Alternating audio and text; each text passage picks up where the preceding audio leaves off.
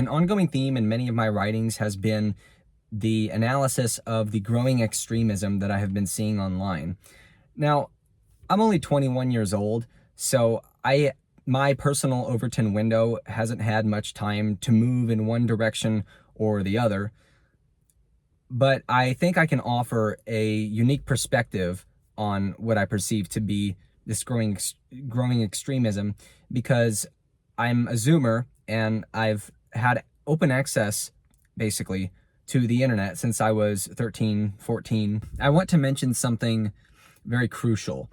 We are what Aristotle referred to as zoon politikon, which just means political animals. That is to say, we, ever since the beginning of civilization, have had people with outlandish, outrageous, fringe political ideas for their time.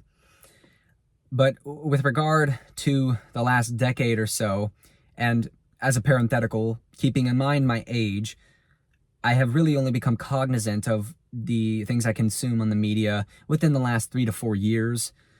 But there has been what I perceive to be an increasingly centralized, concerted campaign to propagate the most vile, hateful rhetoric that I have ever heard. Now, most obviously, the thing that facilitates this process is social media. This must be categorically mentioned. It is one of the primary causes of our current unfortunate circumstances. New shirt, new day. Anyway, more and more often, I've been seeing this incel, neo-Nazi, misogynistic speech spread online like a virus. And keep in mind, as a side note, when I say the word neo-Nazi, I don't mean that in a buzzwordy manner. That is to say, there are people who really do believe in the mythologies, who do believe that the white race has superior qualities and more inherent value than other races. Now, most of this rhetoric and content is being spread on the short form apps like TikTok and Instagram. X is also a perpetrator, formerly known as Twitter. YouTube is also a perpetrator, even Facebook. The monetizability of anger is substantial. When you see the streamer Clavicular going into a mall and telling a woman that she has a recessed mandible and then telling her to get out of his face, or when you see the podcaster Nick Fuentes going on some sort of tirade about the blacks, the Jews are at it again, or whoever else, they're not really using argument, at least in the classical sense. You know, these people aren't Plato. It is just an expression of anger.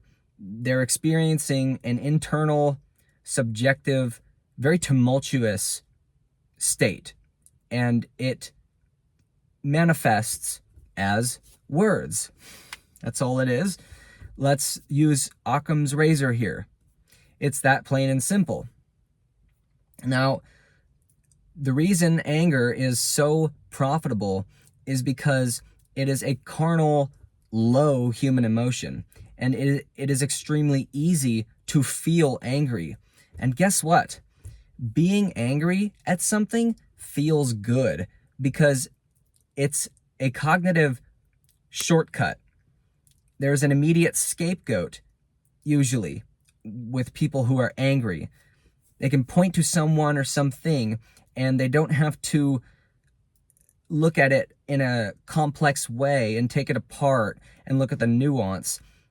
And it's an immediate knee-jerk, oh my god, I hate that thing. Last clip was like 3 weeks ago, and I randomly got the motivation to resume making this. And so I'm in my dad's garage slash shop thing. It's a separate building, neither here nor there. Look, I'm not trying to make any one particular claim about any one particular group of people. I'm just trying to make a broader point about how social media affects us. If you've come across this video and find it disagreeable for whatever reason, and you try to cover the asses of any of the aforementioned individuals who claim this or that or the other about whoever, whatever group of people, you're fundamentally missing the point I'm trying to make. Well, Jews control this corporation, or women are responsible for this percentage of divorce. Maybe that is the case, maybe it isn't, but that's not pertinent to what I'm trying to argue here. I'm not trying to go to war with anybody over the minutiae. I'm trying to make an overarching critique of social media. This is broader than any of these little talking points. So naturally, this brings me to my next point. When you're passively scrolling on social media and taking in this endless stream of stimuli, you're not actually assimilating any information, or at least very, very little. You can look at neuropsychological studies on this. The brain's architecture was not built for an endless barrage of information. It doesn't have the required apparatuses to integrate this information and actually synthesize it. For the brain in any capacity to actually comprehend what it's seeing, it has to use shortcuts, because it takes a great deal of cognitive effort to scrutinize and to actually analyze what it is you're seeing on the screen, what the screen person is saying. So when one comes across a video of Fuentes yelling about the Jews or the blacks being added again, you're not actually taking in any of that information. You're more so just incurring an emotion.